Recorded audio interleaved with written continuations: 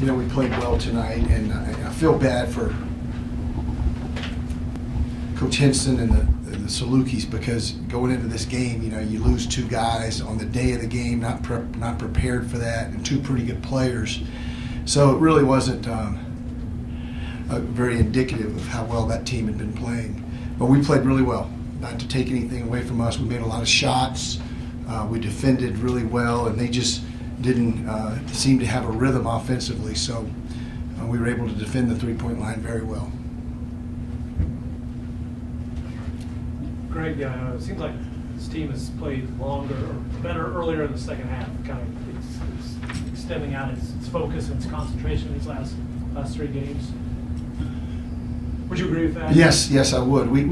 Something we've talked about. We've had sizable leads several times after the first half, and we haven't played well in the second half. So you have to have that mindset that the game is still in hand. It's still in doubt and not in hand, and you have to go and try to play as well or better than you did in the first half. And I think tonight we did that. We weren't equal. We were better in the second half. So we had a lot of good performances. Marcus McDuffie was good all night. Darrell Willis got it going offensively in the second half. I thought our defense was really good. O'Brien scored a few baskets there midway through the second half, but then we were able to get the ball out of his hands, and it was just a good night for us all around. Yeah, Connor seemed to play great defense tonight. What did you think of his effort on the defensive end? I thought it was really good. I think Todd, somebody asked me earlier in the week to compare Rodriguez to the kid Brenton Scott, who had just played at Indiana State, and I really hadn't thought about it, but Rodriguez is a point guard, Brenton Scott's more of a little off guard. Both of them can really score the ball, but in different ways. Rodriguez is great in transition. He likes to go through his legs and shoot pull-up threes, and he has a good floater game. Brenton Scott's a 1-2 pull-up guy, or catch and shoot. But when he mentioned that, he asked me that question, I looked at his numbers, and they were not far off from Brenton Scott, who's a prolific scorer. So when you put Connor Frankamp on Mike Rodriguez, and he's averaged 16, I think, the last 5 games, he only goes for 6 points tonight. That's 10 points to the good. And Connor helps us win tonight by going 1 for 2 from the field and going 4 assists, no turnovers, but playing great defense. So I'm really tickled that he's starting to figure that out and help us win in other ways and putting the ball in the basket. Coach Shack misses his first 4 shots and comes back and has a great second half. What do you think about his mentality?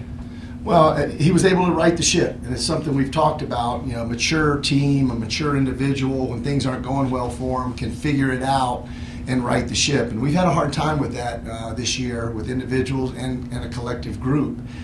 He was very soft in his takes early on. He did get Teak Bowl in some foul trouble, but then in the second half, he kind of figured it out, made a couple of moves, gave him a shot fake once or twice, and was able to be much more assertive and aggressive on the offensive end. But tonight, offensively, it was McDuffie and Willis, and they were scoring in every which way you can imagine. When Southern really crashed the offensive glass, did you get what you wanted going the other way, beating them down court?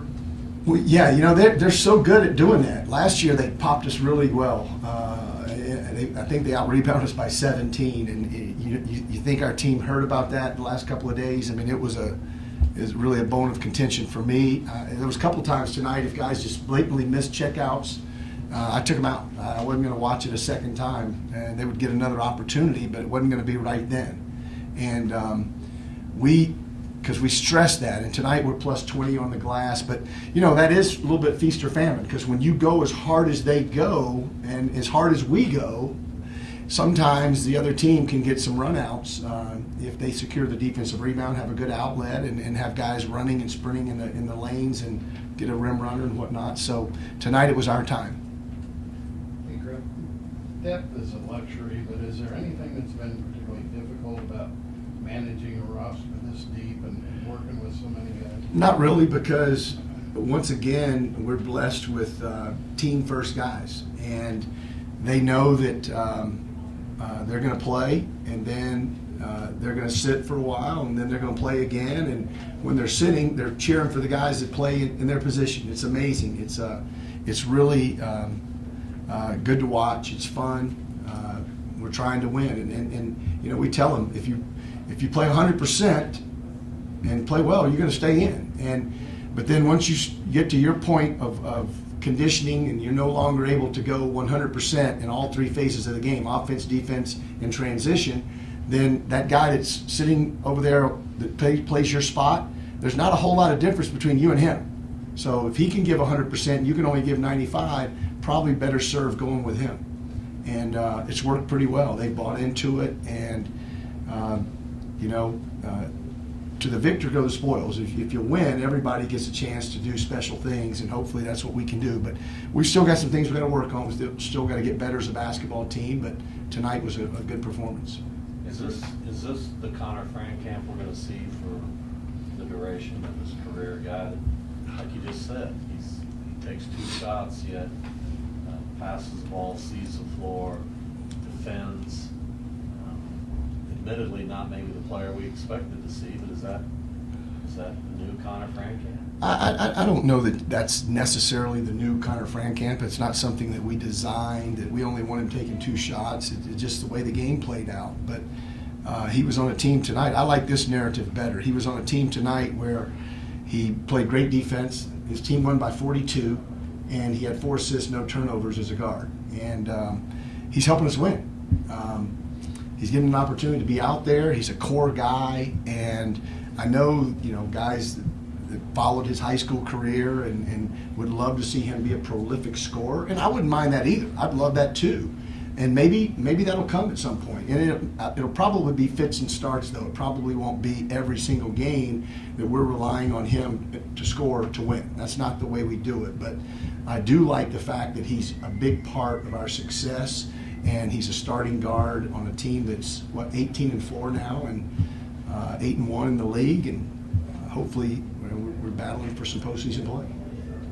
C.J. Garden-Fletcher in the first half seemed significant. What did he do to earn that role? Just keeps playing well in practice. Obviously, he's very talented. You saw him go 2 for 2 from the 3-point line tonight.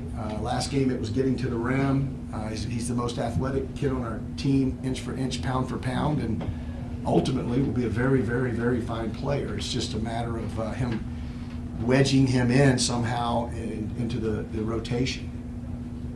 As a result of some of the substitutions that you were talking about, are you enjoying the different you do some like 200 lineups, different lineups? Are you enjoying the different looks, or is that just kind of a product of everything you were talking about? I'm not sure that's the right way to say I'm enjoying it. I'm enjoying watching our team play well with different guys out there. There were a couple of times tonight where we had guys playing positions that they weren't necessarily their best position, or they get a lot of practice time at. Marcus McDuffie had to play the 2 tonight because C.J. Kaiser doesn't know it, so he and C.J. were in there. I've been trying to teach C.J. the 2 so he can play the 3 and the 2. Marcus plays the 3 and the 4, but tonight Marcus played some 2. So, but that was a good group. I think he was in there with Kelly and Nerger and Austin. And that was a good group. That group had a very positive run. One more. Yeah, halfway through Valley play, what things do you want to see improve over the next 9 games as you go to the tournament? Well, we lost a game, so if we could go 9-0 next time, that'd be pretty good.